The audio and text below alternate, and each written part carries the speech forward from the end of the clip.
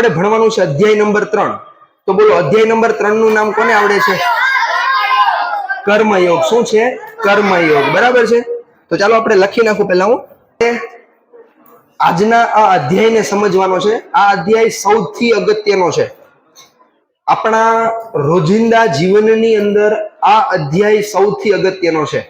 જો એને સમજવો હોય તો થોડુંક ડિફિકલ્ટ પડશે. આપણી પાસે કેટલા પ્રકારના કર્મ છે, કયા રીતનું કઈ વસ્તુ કાર્ય કરતી હોય છે, આ દરેકે દરેક વસ્તુ સમજવાની છે. બરાબર? તો સૌથી પહેલા કર્મયોગ નામ છે. તો કોઈ આંગળી ઊંચી કરીને મને જણાવી શકે સર કર્મનો મતલબ શું થાય? કર્મ કોને કહેવાય? કર્મ એટલે શું થાય? કર્મનો મતલબ થાય છે રોજિંદા જીવનની અંદર આપણે જે ક્રિયાઓ કરીએ છીએ ને ક્રિયાઓ. તો કર્મનો મતલબ સમજ પડી પહેલા? એવું કોણ છે કે જેને કર્મનો મતલબ નથી સમજાણું? કર્મનો મતલબ નહીં સમજાણું હોય એવું વ્યક્તિ કોઈ હોય તો આંગળી ઊંચી કરે, કારણ કે એ સમજવો બહુ જરૂરી છે. તો આજના અધ્યાયની અંદર ખબર પડશે શું છે કર્મનો મતલબ. રોજિંદા જીવનની અંદર કરવામાં આવતી ક્રિયા, આપણે જેટલી પણ ક્રિયા કરીએ છીએ બધી ક્રિયાને કર્મ કહેવાય. હવે કર્મ તમે સાંભળ્યું બે પ્રકારના હોય. મોસ્ટ ઓફ આપણે દુનિયાના કાનથી ને અને દુનિયાના મોઢા દ્વારા આપણે સાંભળીએ તો કર્મ આપણને બે પ્રકારના મળે. એક તો સર સારું કર્મ અને એક ખરાબ કર્મ. બરાબર? પણ ખરેખર સારું કર્મ અને ખરાબ કર્મ એના પ્રકાર નથી. આપણી પાસે કર્મના મુખ્ય 3 પ્રકાર છે અને 3 પ્રકાર અહીંયા બોર્ડ ઉપર લખેલા છે, જેની વિશે આપણે ડીપમાં અને સારી રીતે માહિતી મેળવવાની છે. બરાબર છે? હવે અહીંયા ધ્યાન. હવે શું છે તો કે પહેલા હું અધ્યાય નંબર 3 નો થોડોક એવો સારાંશ કહી દઉં, પછી એમાંથી શીખવા મળતી બાબતોને આપણે સમજવાની છે. બરાબર? ચાલો. તમને યાદ હોય તો અધ્યાય નંબર 2 ની અંદર અર્જુન પોતે રથની પાછળની બેઠકમાં બેસી ગયા હતા અને કૃષ્ણને એને એમ કહી દીધું હતું કે કૃષ્ણ ભગવાન મારે યુદ્ધ કરવાનું થતું નથી. બરાબર છે? હવે પછી કૃષ્ણએ એને દરેકે દરેક વસ્તુ સમજાવી.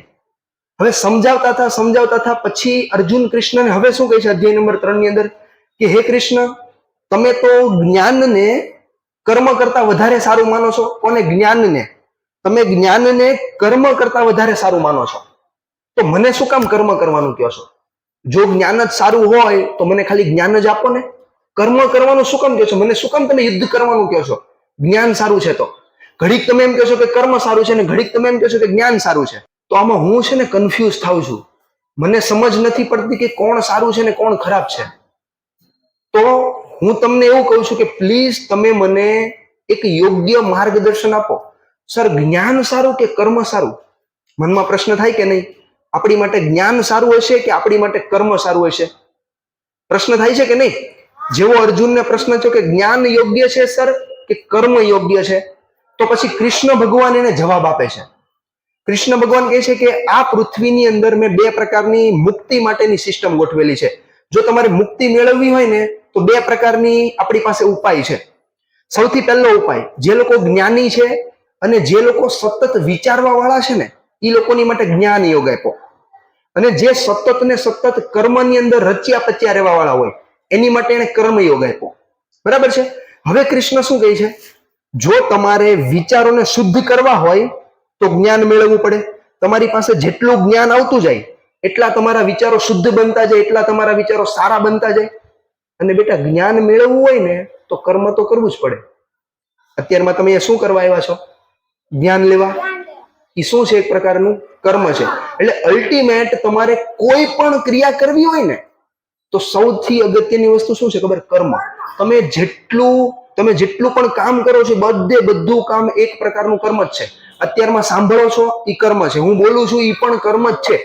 અહીંયા આવ્યા પહેલા કુદરતની અંદર જેટલી પણ ઘટના બની, જેટલા પણ પક્ષીઓ કલરવ કરી રહ્યા છે બધું કર્મ છે. આ દરેકે દરેક વસ્તુ આપણા લેખમાં લખાય છે કે આપણે આટલી વસ્તુ કરી. સમજાય છે? તો કૃષ્ણને એ સમજાવે છે કે તારે જો જ્ઞાન મેળવવું હોય ને તો એ જ્ઞાન મેળવવા માટે પણ તારે કર્મ તો કરવું જ પડશે. અને બીજી વસ્તુ શું છે? કયું કર્મ કરવાનું? પ્રશ્ન એ થાય. કર્મ તો કરવાનું, પણ કેવું કર્મ? કયું કર્મ? તો કૃષ્ણ ભગવાન અર્જુનને એમ કહે છે કે ઈશ્વરે એટલે કે ભગવાને જે કર્મ કરવાનું તને કીધું છે ને એ કર્મ જો તું કરીશ ને તો તને મુક્તિ મળશે. પણ જો તું બીજા અન્ય કર્મ કરીશ ને તો તું કર્મ બંધનની અંદર બંધાઈશ, તું મોહની અંદર, તું લાગણીની અંદર બંધાઈ જઈશ, તું મુક્તિને પામી શકીશ નહીં. એટલે જે ભગવાને જે વેદોની અંદર કર્મ કરવાનું કીધું છે એ કર્મ તું કર. જો તું એવા પ્રકારના કર્મ કરીશ તો તું બંધનમાં આવીશ નહીં, કારણ કે કર્મ બંધન અહીંયા બધાને છે. આપણે બધા અહીંયા જેટલા પણ ઉપસ્થિત છીએ બધાને કર્મ બંધન છે. તો કર્મ બંધનમાંથી ને મુક્તિ મળે તો જ આપણને આ સંસારમાંથી ને મુક્તિ મળે. આ મેન વસ્તુ છે.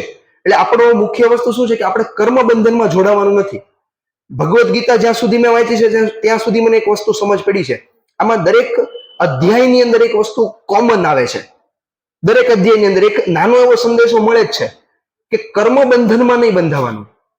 કર્મ બંધન આપણને બાંધી રાખે, જેને આપણે મોહ માયા કહીએ, બરાબર છે. તો કર્મ બંધનમાં બંધાવવાની જરૂર નથી. જો કર્મ બંધનમાં બંધાણા તો પછી ખેલ પૂરો. એટલે પછી આપણે ઇમોશનલી બ્લેકમેલ થઈ જાય. સમજ પડે છે? આ મુખ્ય વસ્તુ હતું કે જે કૃષ્ણ ભગવાન એને સમજાવવા માંગતા હતા, જ્ઞાન અને કર્મ. તો આજનો સૌથી મુખ્ય સવાલ કે આ સવાલની ઉપર આપણે ચર્ચા કરવાની છે. હવે સવાલ શાંતિથી વાંચજો, એ લખ્યો છે આપણે કેટલું જીવવાનું છે તે કેવી રીતે નક્કી થાય છે.